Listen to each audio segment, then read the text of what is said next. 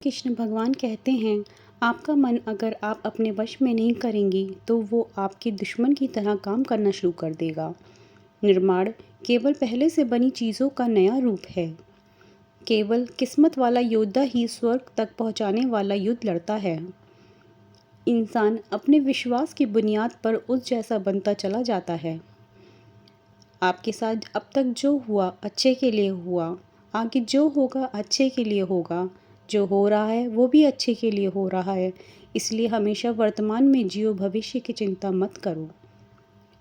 कोशिश की जाए तो अपने अशांत मन को आसानी से नियंत्रित किया जा सकता है। इंसान नहीं, उसका मन किसी का दोस्त या दुश्मन होता है। जो किसी दूसरों पर शक करता है उसे किसी भी जगह पर खुशी नहीं मिल सकती। अपने ज़रूरी कार्य करना बाकी गलत कार्य करने से बेहतर है। कर्म न करने से बेहतर है कैसा भी कर्म करना। आपका निराश न होना ही परम सुख होता है। क्रोध मूर्खता को जन्म देता है। अव्वा से अकल का नाश और अकल से नाश से इंसान का नाश होता है। किसी भी काम में आपकी योग्यता को योग कहते हैं। भगवान सभी लोगों में मन में बसते हैं और अपनी माया से उनके मन को जैसा चाहें वैसा घड़ी की तरह घड़ते हैं। सही मायने में चोर वो है जो अपने हिस्से का काम किए बिना भोजन करता है। कर्म किए जाओ, फल की चिंता मत करो। मन बहुत चंचल है जो इंसान के दिल में उथल पुथल कर देता है। भगवान श्री कृष्ण कहते हैं, हर कोई खाली हाथ आया था और खाली हाथ ही इस दुनिया से जाएगा। भगवान कहते हैं, परिवर्तन संसार का नियम है। कल जो किसी और का था आज वो तुम्हारा है, कल वो किसी और का होगा। आत्मा अमर है, इसलिए मरने की चिंता मत करो। मेरा तेरा छोटा बड़ा अपना पराया मन से मिटा दो, फिर सब तुम्हारा है और तुम सबके हो। भूत और भविष्य में नहीं, जीवन तो इस पल में है, अर्थात वर्तमान का अनुभव ही जीवन है।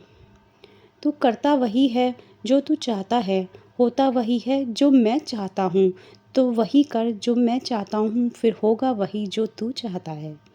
भगवान श्री कृष्ण कहते हैं, जो मन को नियंत्रित नहीं करते उनके लिए वह शत्रु के समान कार्य करता है। खुशियों में तो सब साथ होते हैं, असली दोस्त वही है जो दुख में साथ दे। सदैव संदेह करने वाले व्यक्ति को कभी भी सुख नहीं मिल सकता। नरक के 3 द्वार हैं, वासना, क्रोध और लालच। मनुष्य अपने विश्वास से निर्मित होता है और वह विश्वास करता है वैसा बन जाता है। जानने की शक्ति झूठ को सच से पृथक करने वाली जो विवेक बुद्धि है उसी का नाम ज्ञान है। परिवर्तन ही संसार का नियम है। सदैव संदेह करने वाले व्यक्ति को कभी भी सुख नहीं मिल सकता। नरक के 3 द्वार हैं, वासना, क्रोध और लालच। मनुष्य अपने विश्वास से निर्मित होता है। जैसा वह विश्वास करता है वैसा वह बन जाता है। जानने की शक्ति झूठ को सच से पृथक करने वाली जो विवेक बुद्धि है उसी का नाम ज्ञान है। परिवर्तन ही संसार का नियम है।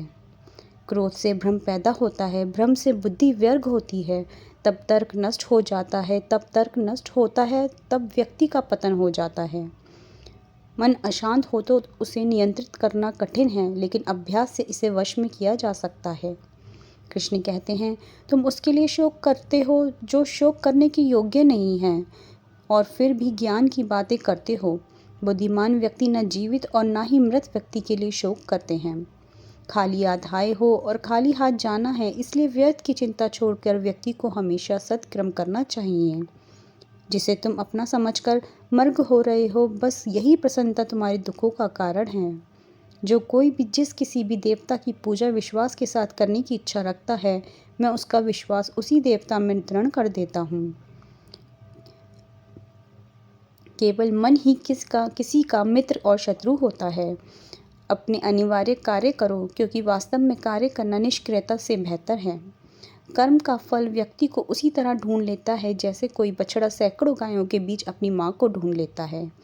आत्मा ना जन्म लेती है, ना मरती है, ना ही इसे जलाया जा सकता है, ना ही पानी से गीला किया जा सकता है। आत्मा अमर और अविनाशी है। मैं किसी के भाग्य का निर्माण नहीं करता और ना ही किसी के कर्मों को फल देता हूँ।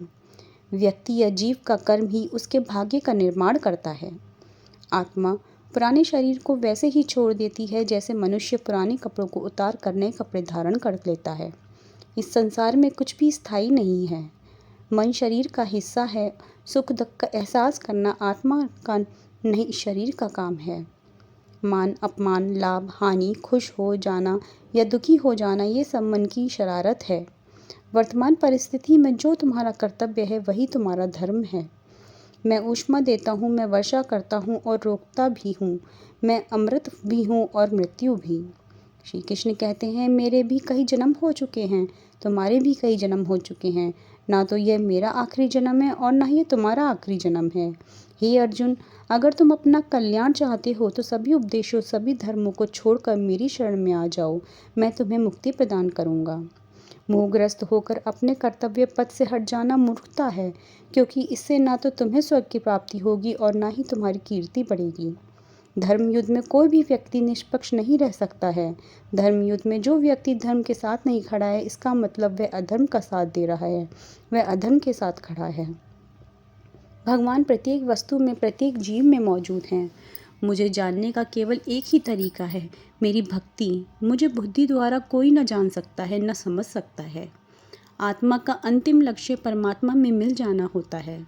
मैं ही इस सृष्टि की रचना करता हूँ, मैं ही इसका पालन पोषण करता हूँ और मैं ही इस सृष्टि का विनाश करता हूँ।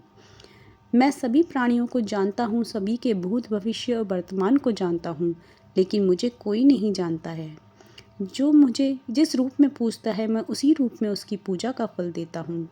जन्म लेने वाले व्यक्ति की मृत्यु निश्चित है और मरने वाले व्यक्ति का फिर से जन्म लेना निश्चित है। क्या नींद, क्या ख्वाब, आंखें बंद करूँ तो तेरा चेहरा, आँख खोलूँ तो तेरा ख्याल मेरे कहना। रख लूँ नज़र में चेहरा तेरा, दिन रात इसी पे मरती रहूँ। जब तक ये सांसें चलती रहे, मैं तुझसे मोहब्बत करती रहूँ। मेरे कहना मेरी दुनिया। मत रख अपने दिल में इतनी नफ़रत, ऐ इंसान, जिस दिल में नफ़रत हो उस दिल में मेरा श्याम नहीं रहता। बड़ी आस लेकर आया बरसाने में तुम्हारे, कर दो क्षमा किशोरी जी अपराध मेरे सारे। संवारूं मैं भी अपना जीवन, श्री राधा नाम जपते जपते। प्रेम से बोलो श्री राधे। वो दिन कभी ना आए, हद से ज़्यादा गुरूर हो जाए, बस इतना झुका कर रखना मेरे कन्हैया की हर दिल दुआ देने को मजबूर हो जाए। जय श्री राधे, जय श्री राधे। श्री कृष्ण जिनका नाम है, गोकुल जिनका धाम है, ऐसे श्री कृष्ण को मेरा बारंबार प्रणाम है। मेरे दिल की दीवारों पर श्याम तुम्हारी छवि हो, मेरे नैनों की पलकों में कान्हा तस्वीर तेरी हो। बस और न मांगूं तुझसे मेरे गिरधर, मुझे हर पल देखूं मेरे कन्हैया ऐसी तकदीर हो। शिव भी मैं हूँ, दुर्गा भी मैं हूँ, समस्त ब्रह्मांड समस्त सृष्टि में मैं ही मैं हूँ। मृत्यु भी मैं ही हूँ, सारे देवी देवता मुझी को जाने। आकाश पर्वत वन सब मैं ही हूँ। कोई मुझे दुर्गा रूप में माता समझकर पूछता है तो कोई मुझे विष्णु मानकर पूछता है। मैं अजन्मा हूँ, मैं नित्य हूँ, न मेरा और न मेरा और है, न छोर है। मूलतः मैं निराकार हूँ, लेकिन मेरे भक्त बड़े ही अनोखे और निराले हैं। कोई मूर्ति बनाकर मुझे अपनी नज़रों में देखना चाहता है तो कोई मुझसे प्रेमी पुत्र या पिता के रूप में अपने समीप देखना चाहता है। अपने भक्तों के वश में होकर ही मैं भिन्न भिन्न रूप धरता हूँ। मन की गतिविधियों, होश, श्वास और भावनाओं के माध्यम से भगवान की शक्ति सदा तुम्हारे साथ है और लगातार तुम्हें बस एक साधन की तरह प्रयोग करके सभी कार्य कर रही है। सभी अच्छे काम छोड़कर बस भगवान में पूर्ण रूप से समर्पित हो जाओ, मैं तुम्हें सभी पापों से मुक्त कर दूंगा। शोक मत करो। किसी और का काम पूर्णता से करने से कहीं अच्छा है कि अपना काम करें, भले ही उसे अपूर्णता से करना पड़े। मेरी कृपा से कोई सभी कर्तव्यों को निर्वाह करते हुए भी बस मेरी शरण में आकर अंत अविनाशी निवास को प्राप्त करता है। मैं धरती की मधुर सुगंध हूँ, मैं अग्नि की ऊष्मा हूँ, सभी जीवित प्राणियों का जीवन और सन्यासियों का आत्म संयम हूँ। तुम उसके लिए शोक करते हो जो शोक करने की योग्य नहीं, और फिर भी ज्ञान की बातें करते हो। बुद्धिमान व्यक्ति न जीवित और न ही मृत व्यक्ति के लिए शोक करता है।